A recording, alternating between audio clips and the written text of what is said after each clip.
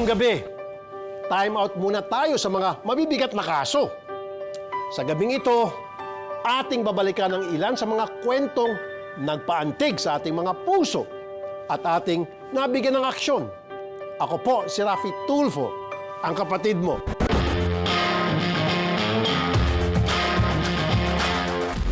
Maraming mga pagkakataon na kahit ipinalabas na namin ang istorya, may follow-up pa at nadaragdagan ang ating aksyon sa mga kaso.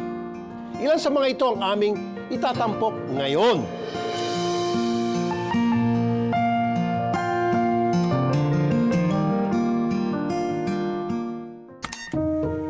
Ito naman, ang kwento ng isang binatang anak na naging kaagapay ng kanyang mga magulang sa hirap at ginhawa. 2018 po yun, bigla po siyang nabagsak. Tapos hilong-hilo daw po siya.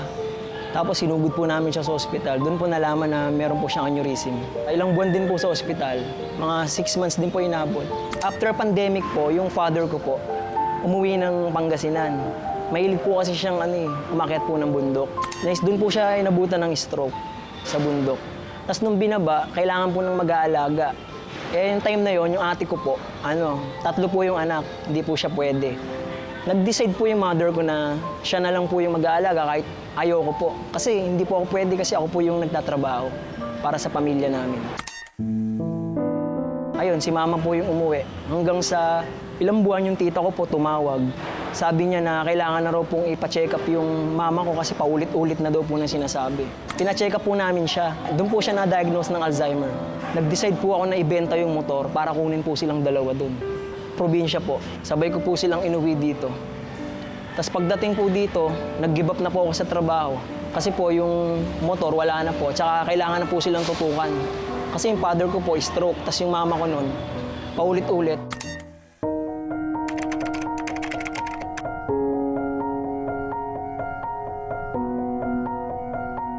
Isang araw, bigla na lang pong nahirapan siya huminga. Tapos dinala po namin sa ospital. Doon nalaman po na meron siyang sakit sa lungs. Nag-decide po ako na yung sa isang kwarto, sama-sama na lang po sila doon. 3 po silang inalagaan ko po sabay-sabay. Hindi po ako nakakapagtrabaho noon. Tapos lahat po nung gamit ng napundar ng papa ko, unti-unti ko po siyang binibenta. Pag wala na po akong mapagkunan. Wala na po kasi talaga akong mapagkunan nung time na yun eh. Pinakatinamaan po talaga yung ate ko. Ayun po. Tapos nung time na sinugod po siya sa ospital, nito na pong last year ng May. Kasi sobrang payat na po talaga eh. Tsaka parang ayaw niya na pong magpagamot. Parang suko na po talaga siya.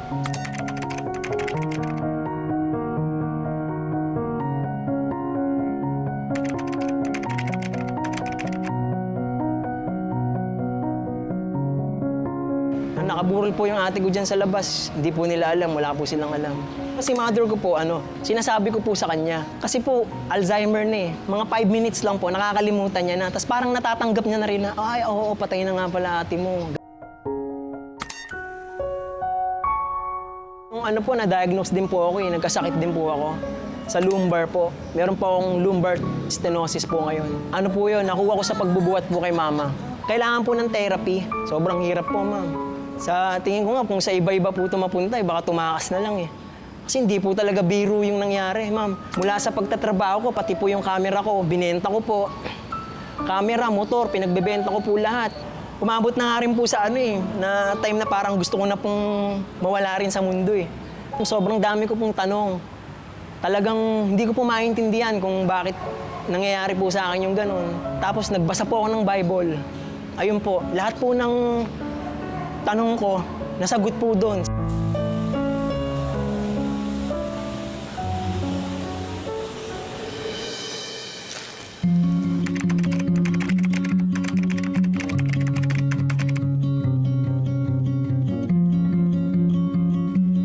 At bukod dyan, meron ding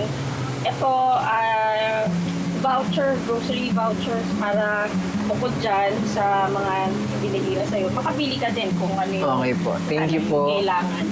Yung kailangan Thank you po. mong gamit din dito sa bahay. At Nay, Patrick, ito po, cash din. Cash assistance po, galing kay Thank you po. Senator Rafi. Salamat po. Una-una po, nagpapasalamat po ako sa Diyos dahil naabot po kami ni Idol Rafi Tulfo Pangalawa po kay Idol Rapi, saka sa programa po niya. Maraming salamat po. Sana po mas marami pa po kayong maabot na kagaya po naming nangangailangan. Thank you po, Senator Rapi Tulfo. Napakalaking bagay nito.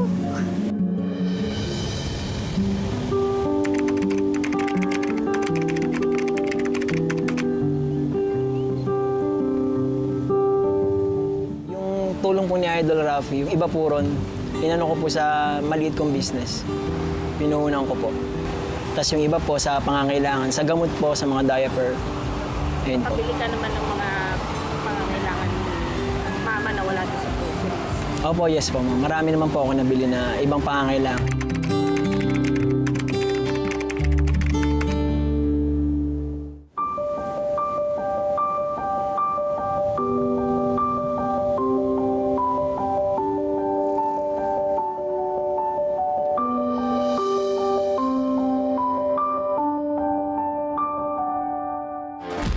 Tunay na dakila ang pagmamahal ng isang anak. Sa kabila ng matinding pagsubok, siya ang naging lakas at pag-asa. Kailangan pa po ako ng pamilya ko.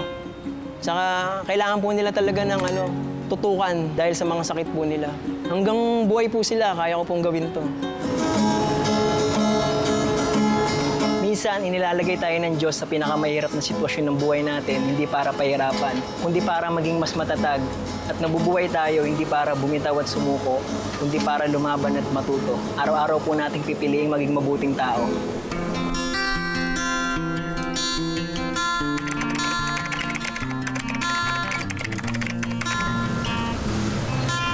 Yung tulong po ni Idol Rafi, yung iba po ron, inano ko po sa maliit kong business.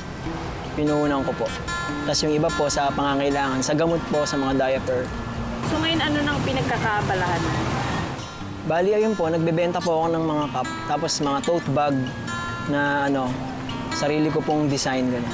Ayun po yung pinagkukunan ko ngayon ng pinansyal para po masuportahan ko si mama. Okay naman po, nakakabenta naman po kahit papaano.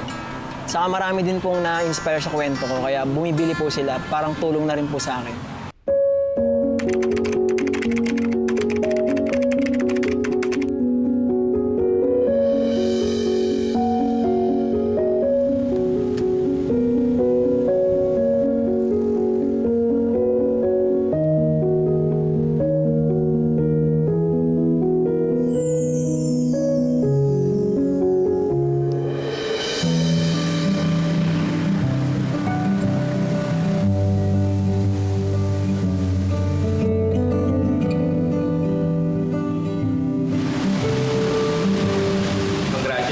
Ay, thank you po. Sa akin po ito.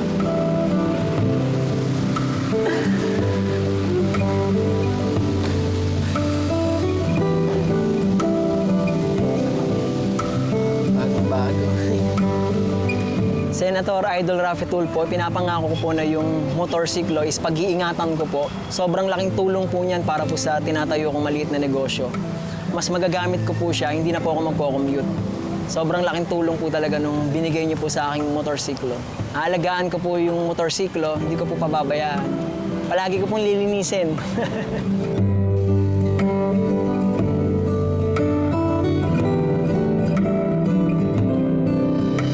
Sila Patrick ang patunay na ang pamilya ay isang kayamanan na hinding-hindi maaagaw ni numan. Sa aming pagbabalik, Sabihin ng mga bibili, ay, yan yung palayo ko nung araw.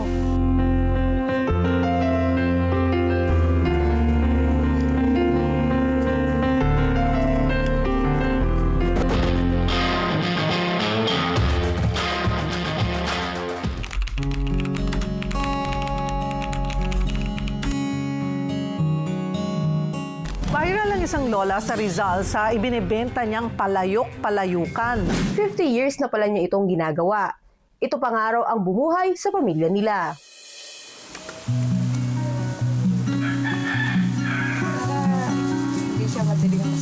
alas 3 pa lang ng madaling araw, nagsimula ng magayak si Lola Alicia. Mula kay Rizal, bibiyahe siya papunta sa simbahan ng Antipolo.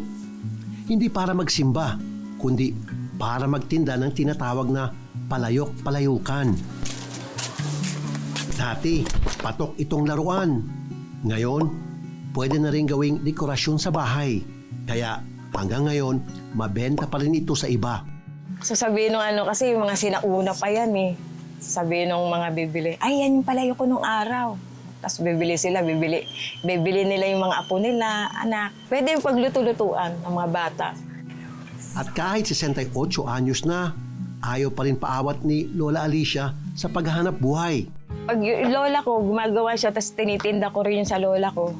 Tapos pag siya, gumagawa ako. Pag tumatayo siya, gumagawa ako. Ako naman umaano para matuto. Grade 6 lang ako eh. Hindi na ako nakapag-high school. So, mula 15, dire-diretso ka na nagtrabaho? Hanggang sa may asawa, nag-aasawa. Sino mag-aakala na sa pamamagitan ng maliliit na palayok na ito, nagawa niyang buhayin at pag-aralin ang kanyang 7 anak.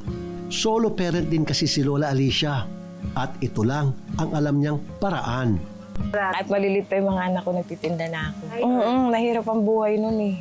Si nanay po noon, nagtitinda po siya. Minsan sinasama niya po rin kami sa pagtitinda dahil wala nga pong maiiwan sa bahay namin. Kung saan po kami nagtitinda, sa kalsada po kami natutulog. Kung saan kami nakapwesto, doon din po kami natutulog. Tapos yung pag-CR naman sa mga fast food, doon po kami nag-CR. Yung pag kasi may piyesta, sasama niya kami. Kasi nga, wala siyang katulong. Yun, magtitinda kami dun sa lugar kung saan piyesta. Uwi kami na masaya kasi laging ubos yung paninda ni nanay. Kung saan kami nakapwesto, doon lang matutulog. Tapos wala pong bubong. Talaga po kasi karsada lang kami kung ano yung pwesto namin. Sobrang hirap po nung ganong sitwasyon ng pagtitinda. Kahit ano pong pagtitinda, gagawin po niya yan. Basta po para lang kikita siya. Pag uwi niya po, meron po siyang pangbigay po sa amin ng pagkain, ganyan. Sobrang diskarte po talaga ni nanay sa ganyan. Mula sa mga luwad o clay, maingat na hinuhulma ni Lola Alicia ang mga malilit na palayok. Patay ng lupa. Pag papasok mo yung daliri, tapos yan, gaganunin mo para kumorte siya. Yan. Kuha ng sinulit, tanggalin uli. Pagkatapos, ibibilad sa init, lulutuin. At saka, pipinturahan. Mano-mano ang proseso, kaya talagang kailangan ng tiyaga. Very artistic si Lola. Kitang-kita naman sa kanyang mga gawa. Smile!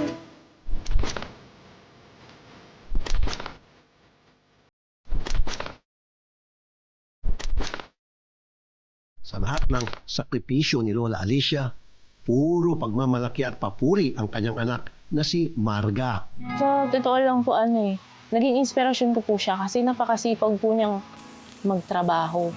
Tsaka ginagawa niya lahat para mabuhay po kami. Si nanay po kasi nakita ko na matatag po siya. Kasi napagsasabay niya po yung pagiging nanay tsaka pagtatrabaho. Naalala ko lang po yung hirap ng buhay namin dati. Na bata pa lang po ako. Nasa kalsada na po kami, nagtitinda. Para lang po makakain po kami. Sa totoo lang po, pag nagtitinda kami, pag nakabenta na po kami, bibilihan niya po kami ng masarap na pagkain para makakain po kami. Kahit nga ngayong may mga asawa na ang iba sa kanila, todo suporta pa rin si Lola. Sa totoo lang po, pagkakapos din po kami, sa kanya rin po kami tumatakbo. Nabibigyan na rin po kami. Natutulungan niya po kami. Hindi naman daw kasi hinahangad ni Lola Alicia ang sobrang marangyang buhay. Sa katunayan, simple lang ang kanyang wish. Puhunan lang. Magkano bang punan? Ano lang yan, siguro mga 1,000 gano'n, pwede ka nang mamuhunan. Deserve po ni nanay. Kasi sa sobrang tagal na po ng pagtatrabaho niya, siguro naman po talagang para sa kanya po yung araw na to na makapagpahinga po siya kahit isang araw.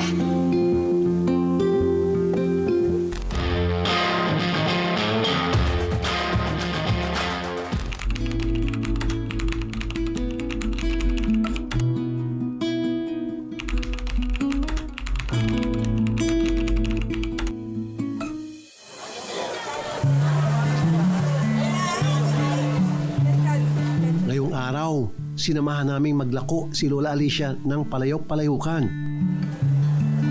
Sa bahagi na ito ng simbahan sa Antipolo, ang kanyang pwesto. Kasi ano siya di ba? Ano siya, native, kumbaga talagang hinahanap ng mga, halos lahat kasi ng mga kabataan babae nagdadaan dyan sa paglalaro niyan. Kaya yung iba napapa-throwback. Masipag at napaka sa pamilya. Lahat para masipag talaga siya. Hindi lang pala dito sa Antipolo nakakarating si Lola Alicia para magbenta ng maliliit na palayok. Iba't ibang probinsyang pinupuntahan niya. Minsan pa nga siyang umabot ng Bataan para maglako ng kanyang paninda. Kasi dati akong biyahera kung saan may piyesta. Doon ko tinitinda matanda na ako. Ayaw na akong pagbiyahin ng mga anak ko. Sa Antipolo na lang ako. Ganon din yung motivation ko na nakita ko sa kanya na sabi ko pag tumanda ako, gagayahin ko pa rin yung ginagawa ni nanay. Kasi sobrang sipag niya kasi talaga. Sobrang proud po sa kanya. Na ngayon po na parang gumaganda po yung buhay niya. Nakikita po namin na nabibigyan namin siya ng magandang buhay.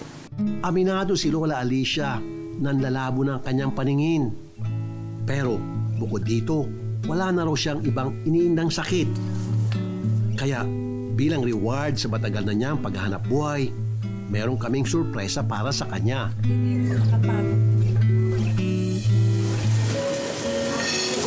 At dahil parang halos buong buhay niya, puro trabaho ang kanyang iniisip, ngayong araw, deserve niya ang mag-relax. Deserve po ni nanay. Kasi sa sobrang tagal na po ng pagtatrabaho niya, siguro naman po talagang para sa kanya po yung araw na to na makapagpahinga po siya kahit isang araw. Hindi niya po kasi nagagawa yan ng lagi pong inuuna niya sa bahay. Siguro po sobrang magiging masaya po yan.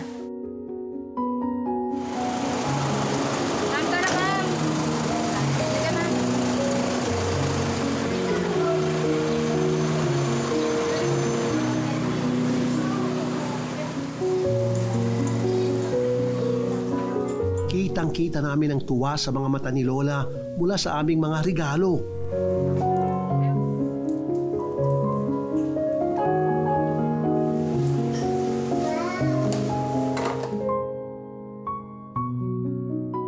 Yes po, parang dagdag po dun sa binigay nyo.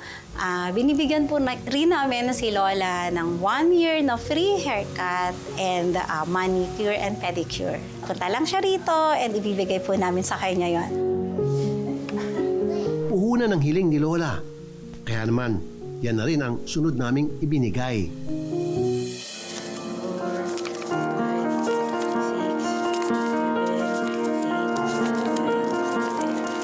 Simple pa rin sa ilan, pero sa marami, bukod tangi ang mumunting mga palayok ni Lola Alicia, pati na ang kanyang kwento.